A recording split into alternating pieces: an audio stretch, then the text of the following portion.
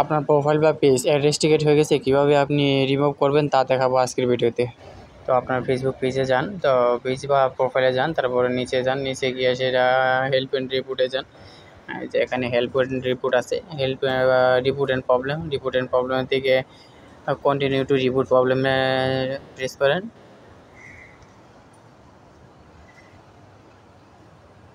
একটু সময় নিব লোডিং হওয়ার লেগে, একটু আমার নেটের প্রবলেম আছে তার লেগে একটু সময় নিতেছে। তো আইসা পড়বো, সাথে সাথে আইসা পড়বো। যে এবার ইনক্লুড দিয়ে দেন, ইনক্লুড দেওয়ার আপনার পেজের সমস্যা বা প্রোফাইলের সমস্যা, আপনি যেটার মধ্যে সমস্যা তো ওইটার মধ্যে আপনি যাবেন। তো আপনার প্রোফাইলের সমস্যা আপনি প্রোফাইলে প্রেস করেন, নিচে প্রোফাইলের প্রিভিয়াসি প্রোফাইল দেওয়া আছে।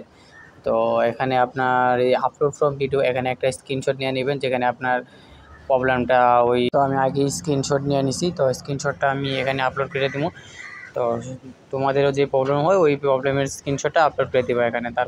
তারপর তোমাকে করতে হবে এখানে ডিসক্রাইবের মধ্যে কিছু লেখাই দেবো তার আগে, যে তুমি কী কারণে তোমার প্রোফাইল ফেসবুক যে কোনো কিছু তোমার সবগুলোর সমাধানই এইভাবে করতে হইব, আপনার এক ভিডিওতেই সবগুলোর সমাধান।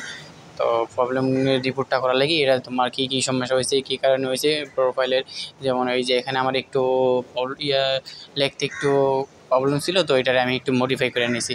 তো তোমার প্রোফাইলটা এখানে এই ফেসবুক প্রোফাইল আছে, তোমাদের পেজের সমস্যা হলে পেজটা লিখে দিবা, আর যেটাই সমস্যা হয় তোমাদের ওইটা এখানে লিখে দিবা।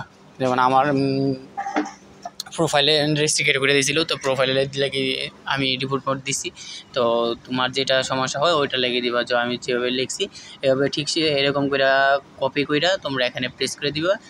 প্রেস করার দিয়ে এখানে আমি যা কিছু লিখলাম একটু চেঞ্জ করতেছি আর কি লেখাটা, আমি আরও কপি করা ছিল নিচে, আমি তার লাগি সারাটা একদম তোমাদের দেখাতে পারতেছি না, নিচে কপি করে আমি পেস্ট করেছি, তোমরাও ঠিক সেম কপি করে নিবা ফার্স্ট, তারপরে পেস্ট করে দিবা।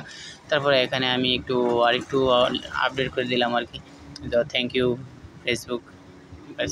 আর যদি পারোতে নিচে আবার তোমরা তোমাদের যে প্রোফাইলের লিঙ্কটা এখানে নিয়ে দিতে পারো, এই যে তারপর সেন্ড রিপোর্টে দিয়ে দিলাম।